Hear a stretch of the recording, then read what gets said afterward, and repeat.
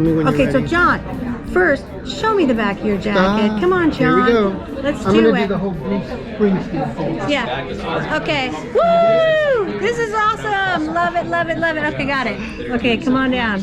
Yeah, it's been a really long time. It has. I love to meet with people that I've known for a long time because it makes me feel calm. Like, oh my gosh, too many people have been retiring and I feel like desolate and abandoned.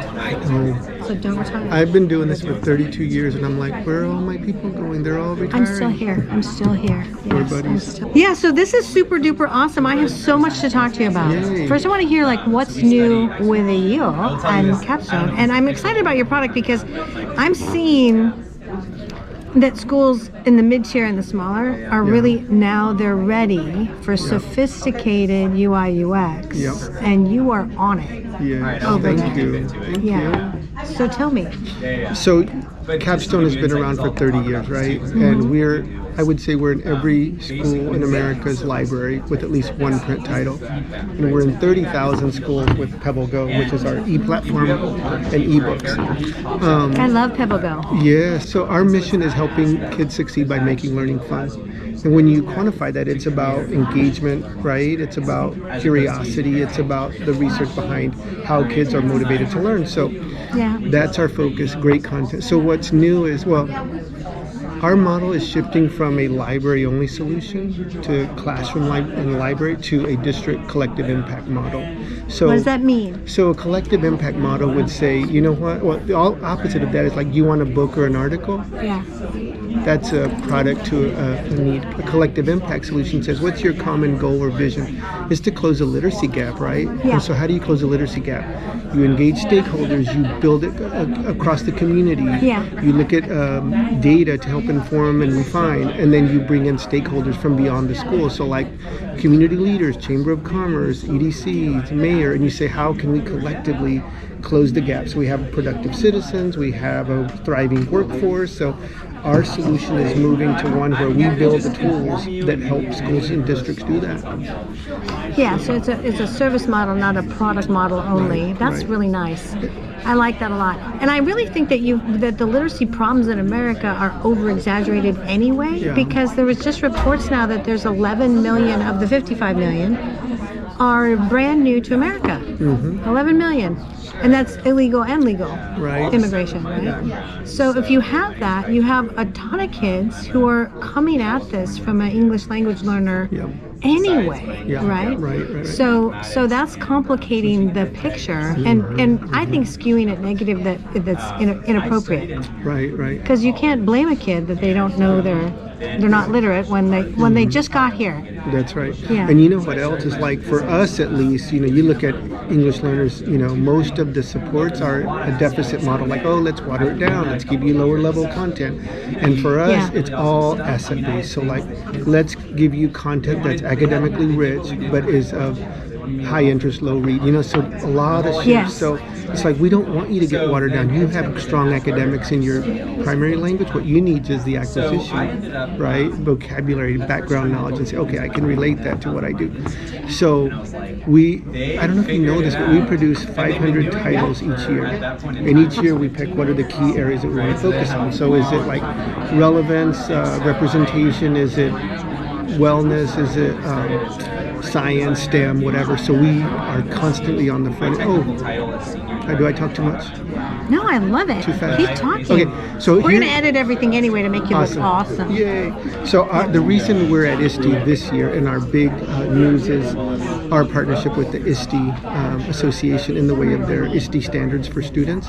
So we have created with Richard and the ISTE group an initiative called the Young Innovators Series. So it's a collection of titles that will focus on early grade levels, K-3, around a series called Sonia's Digital World. And Sonia's Digital World is all about connectedness, not necessarily with tech, but also without tech, the whole digital fatigue. So I got to show you this.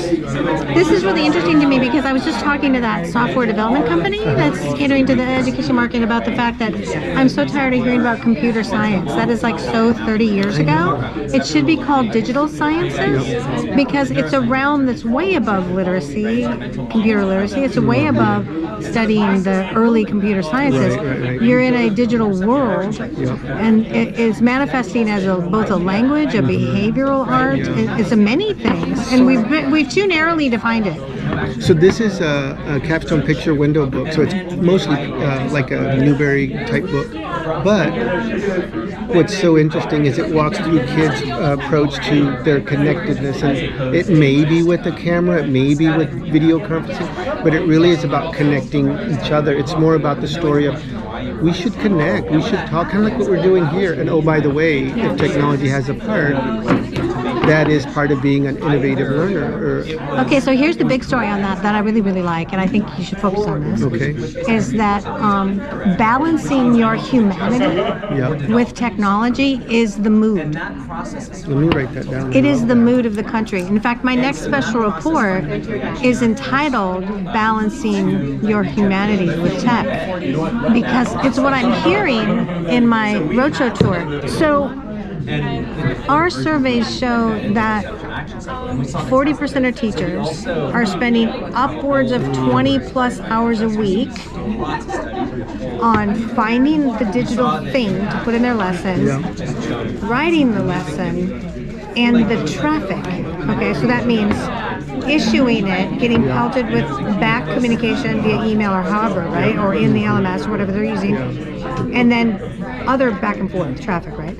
So that's greatly reducing teaching time. It's an extreme inefficiency. It lacks workflow logic. It's very, very bad. And I point this out everywhere I speak. So that balancing of a teacher's humanity is a recognition by school leadership that what you are is human. Otherwise, go be an online school. Right. You're human. That's your brand. Yep. So why are you using your humans so inefficiently?